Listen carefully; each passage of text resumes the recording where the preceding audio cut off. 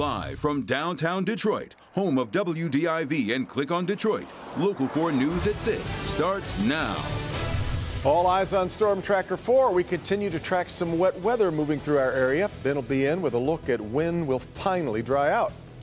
Battleground Michigan. With just 7 days until the election, both major party presidential candidates and their teams are on the campaign trail. We'll have a look at their plans. But first, close contact. A cluster of coronavirus cases now being linked to a youth hockey team, but a public health alert is not issued. Glad you're with us tonight at 6. The reason why tops our news this evening. Right now, the Washtenaw County Health Department is monitoring that hockey team after several players contracted the virus. Sean Lay joins us live with a look at why parents are concerned and why the health department didn't make a public alert, Sean. So let's break it all down for you right now. We are going to hear from the Washtenaw County Health Department saying that this is contained to this one youth hockey team, and this is why they don't put out a public health alert. They'll explain that. We'll hear from the league exactly what they did when the first positive player turned up positive. Now they have 6. We also hear from the Ann Arbor Ice Cube. They invited our cameras in to show how they keep things clean and safe. At this point, we know there are multiple cases connected with one team, and that may change as we learn more, but it appears that most of the cases are currently connected to one team practicing there. The Washtenaw County Health Department monitoring a youth hockey team, middle school age kids who had 2 players test positive for COVID over the weekend, then 4 more young players test positive from the same team for a total of 6. The team practices at the Ann Arbor Ice Cube. The Cube letting our Local 4 cameras in to show that they work hard following all safety protocols, and they have been in close contact with the youth hockey organization that rents ice time here. Right now, all positive tests are from one team. The Ann Arbor Amateur Hockey Association sending parents this email telling them, quote, this team was last at the Cube Saturday, October 17th, when the first positive test was reported to the AAAHA last week. The team was asked to not return to the Cube for 12 to 14 days. The league has notified the Washtenaw County Health Department of the positive tests. The health department says the reality is there are clusters of cases like this one countywide, and if they can reach everyone involved, the health department does not put out an alert about widespread public exposure. If we can reach everybody that's potentially exposed directly, no need for us to announce it publicly. But at times, of course, that's not possible. And then we do rely on that public notice. But parents and youth sports, the concern remains this. With the spread of COVID, the thing that we're still very concerned about is that close face-to-face contact.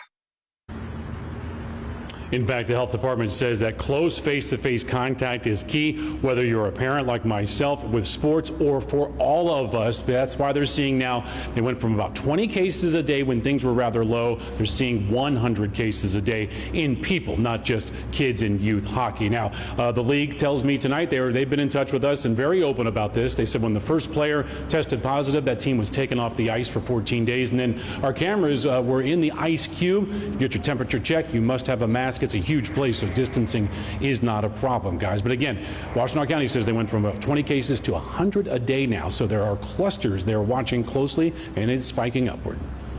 Keep us posted, Sean. We'd appreciate it.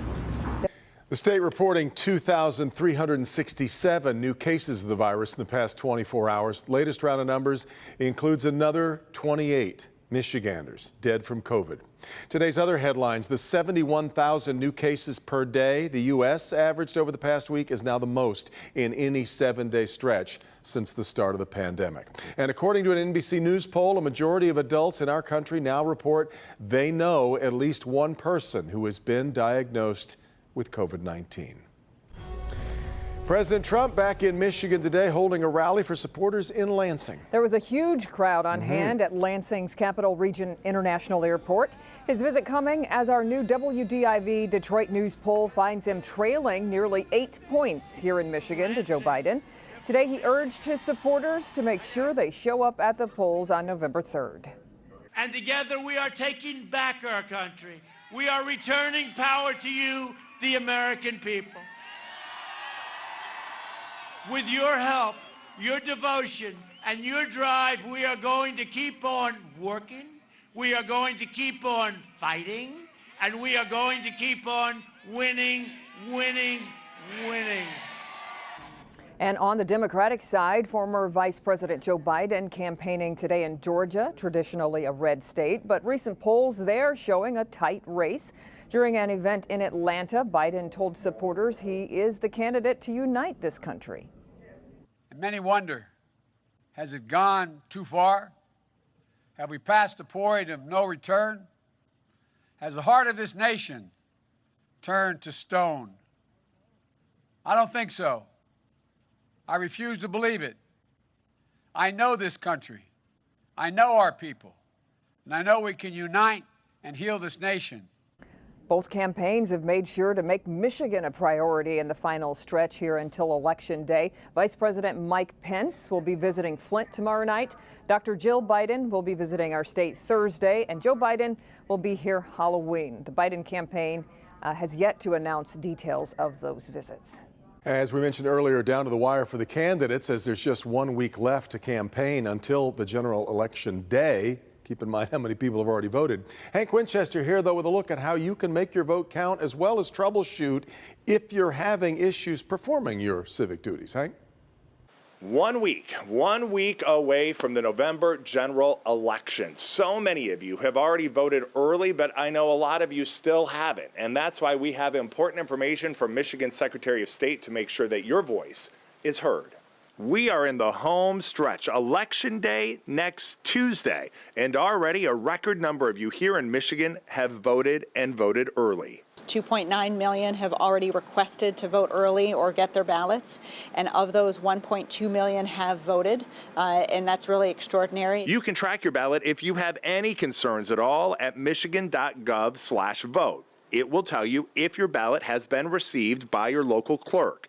At this point, if you haven't dropped the ballot in the mail, the best advice is to take it to the clerk directly and drop it in the drop box. We've put a lot of pieces in place to minimize ballot rejections, but as you know, in Michigan and across the country, that's an ongoing issue that we have to continually be vigilant about. If you prefer to wait until Election Day to make your voice heard, you can vote next Tuesday, just like you would in any other election. The polls will be open despite the pandemic. You will be encouraged to wear a mask and social distancing will be enforced. You can also register to vote on Election Day if you haven't already done so. You'll be met with poll workers in masks and gloves and other hand sanitizing equipment in place to protect everyone's health and safety. And I want to make sure that your voice is heard in November, so if you have any problems either early voting or on Election Day itself, I want to hear from you. These are all the different ways you can get in touch with me and the Help Me Hank team. We'll be tracking problems and any related issues up until and through Election Day.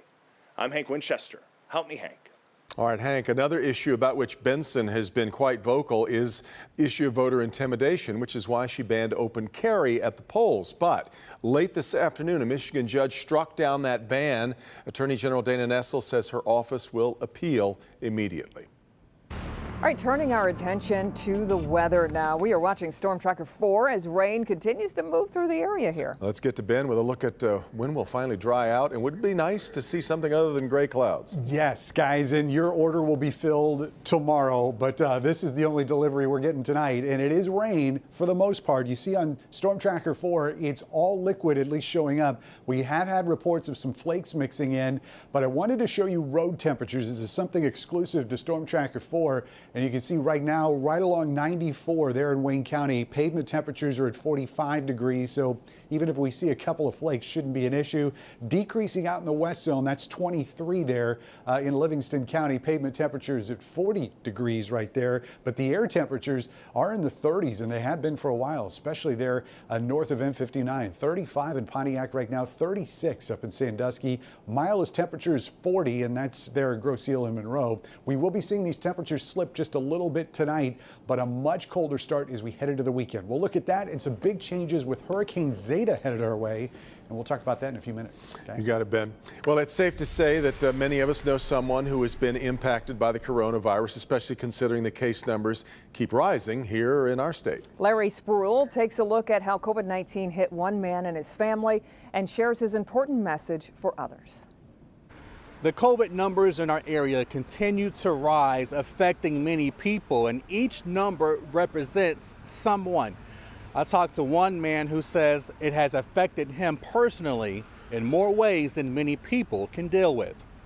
2020 has been crazy, right? That's a saying we all have heard or even said ourselves this year. But for Tassan Knight with the Youth Mentor Organization Caught Up, that phrase is really an understatement. My aunt and my mom passed from COVID, and my uncle died from natural causes. So it's been like a really tough year, you know, just going through all of that and experiencing not being able to have the proper burial and funeral for them. Knight says his aunt and mom died from the virus within days apart. And if that wasn't enough, recently he contracted COVID-19. I experienced some symptoms last Monday, and I went and got tested Tuesday, and I realized that. And then they told me I had tested positive. Knight says it's frustrating and even overwhelming because the numbers are still rising here in Michigan, recently hitting record daily numbers.